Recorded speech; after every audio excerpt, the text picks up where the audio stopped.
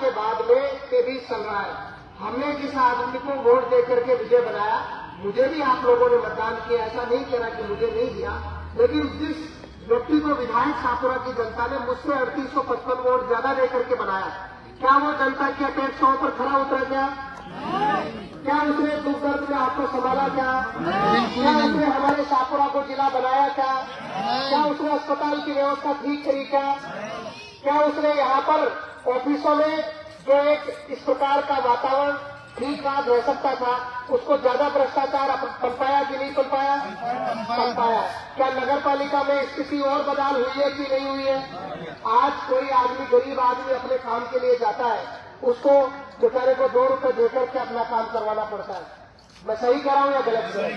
Corona जैसी महामारी आई, उस महामारी में उस जनप्रतिनिधि जी ने जनता को, गरीब जनता को, जरूरतमंद को, और कोरोना में गरीब अमीर कोरोना ने नहीं देखा। कोरोना में तो गरीब भी चले गए, अमीर भी चले गए। कोरोना तो ऐसा था जिसका अगर वो कोरोना हो गया तो बहुत मुश्किल से बचा, लेकिन उस परिवार को जो यहाँ लंबे समय से राजनीति कर रहा है, उस परिवार को जिस जनता ने उसको प्रतिनिधि चुन करके विधायक बनाया, उस परिवार को जनता को संभालना चाहिए था। उस विधायक प्रतिनिधि को जनता को संभालना चाहिए था। 2 वर्ष में आपको बताइए, 2 वर्ष में एक दिन किसी को संभाला क्या? कोरोना में कई लोग तो बिना ऑक्सीजन के सिलेंडर के लोग जाने चली गई, कई लोगों की राशन की वजह से दुखी हो गए, कईयों को दवाई नहीं मिली। एक आदमी कोई नहीं कह सकता कि उस आदमी ने मेरी मदद करी है, और हमने मदद करी क्या नहीं करी है बताओ? मैं ये फर्क इसलिए समझाना चाह रहा हूँ। आज हारी बीमारी दुख तकलीफ में कोई व्यक्ति अस्पताल में जाता है, परेशान रहता है, और उसको कोई जरूरत पड़ती है अस्पताल में रक्त या कोई भी, क्या मैं खड़ा रहता हूँ कि नहीं रहता? मैं सारी चर्चा इसलिए कर रहा हूँ क्योंकि आज मैं तेजी से बोल रहा हूँ।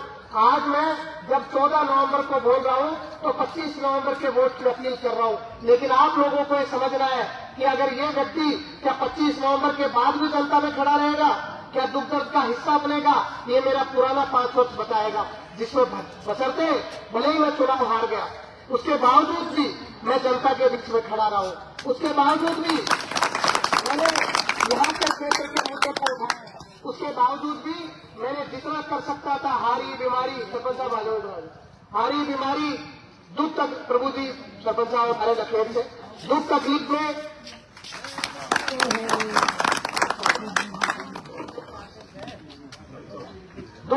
में जो भी मैं कर सकता था मैंने करने का प्रयास किया है। आज हमारा शाहपुरा जिला नहीं बना, आज छोटी सी बीमारी को लेकर के कोई आदमी उस जिला अस्पताल में जाता है, कैसे हालात है वहाँ? पूरा कर देते हैं। इस सारी जो अव्यवस्था फैली हुई है उसको ठीक करने का काम आपको 25 तारीख को करना है। कांग्रेस पार्टी ने आपके बेटे को दोबारा टिकट दिया, 18 में भी टिकट दिया था। जिन सम्मानीय कमला जी को कांग्रेस ने कार्यकर्ता से विधायक, मंत्री, उप मुख्यमंत्री, राज्यपाल तक बनाया, 70 साल में कांग्रेस ने सब कुछ उनको दिया, लेकिन जब कांग्रेस को देने की बारी आई तो उस परिवार ने कांग्रेस के सामने खड़ा होकर के अन्याय करने का काम किया। ऐसे लोगों को सबक सिखाने का काम जनता का है। आज कांग्रेस ने मुझे दोबारा उम्मीदवार बनाया है, और मुझे अकेले को नहीं बनाया।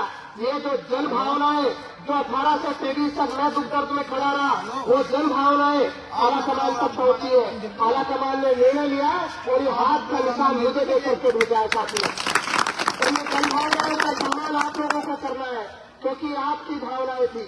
ये 25 तारीख का चुनाव किसी अकेले मनीष यादव का चुनाव नहीं है, ये चुनाव 36 कौम का चुनाव है।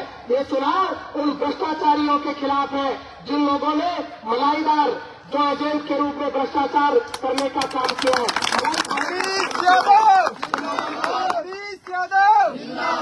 राजनीति सेवा का मार्ग होता है और हमने उसको बखूबी दिखाया है। भले ही हम किसी राजनीतिक दायित्व पर चुने हुए जनप्रतिनिधि के रूप में चुनाव नहीं जीते होंगे, लेकिन फिर भी हमने सेवा करने का काम किया है। लेकिन इस परिवार ने, यहाँ के विधायक ने अपनी पत्नी के साथ मिलकर के शाहपुरा को लूटने का काम किया है।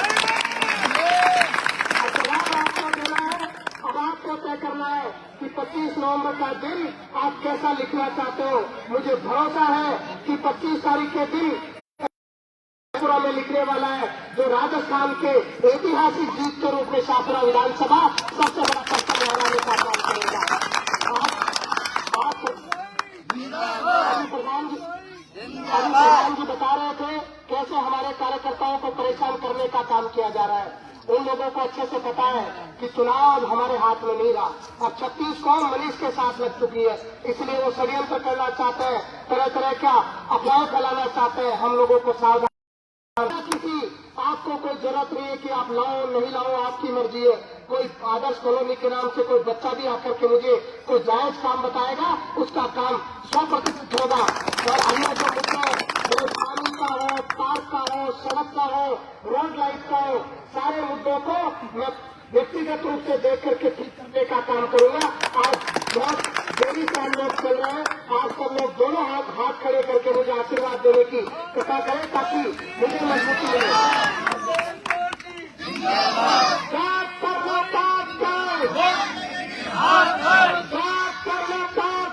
वोट लगेगी हाथ पर,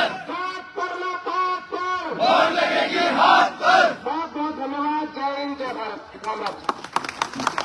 निवासियों द्वारा भाई मनीष जी को केड़ों से तोड़ा जा रहा है। आपसे निवेदन है कि यहाँ पे ऊपर ये मनीष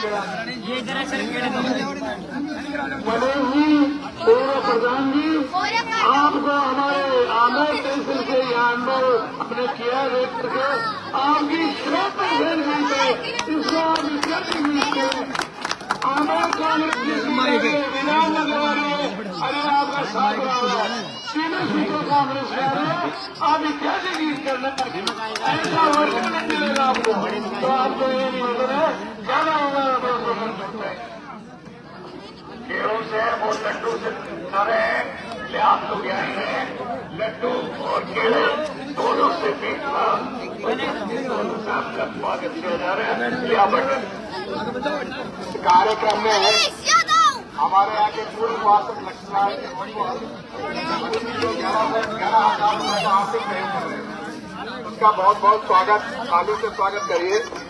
और केलों से तुम्हारे बाबूलाल जी नैनावत और 70 किलो लड्डू से तुम्हारा रणजीत जी गोठवा,